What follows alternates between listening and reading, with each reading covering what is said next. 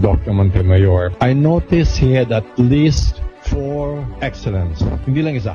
Unang skill na nakita ko kay Dr. Montemayor ay doktor. Kayo mismo nagsabi na pandemic.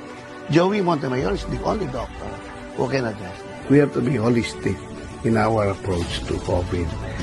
Not just the medical aspect, but also the impact. Mild, mabait, meron bedside manners.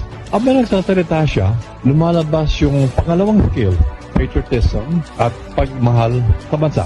Ang mismong buhay namin, hindi lang bilang doktor, kundi bilang isang mamamayang Pilipino, isang Pilipino na nagmamahal sa ating bayang Pilipinas. Pangatlo, nakapansin ko, naging abogado, naging bombastic na.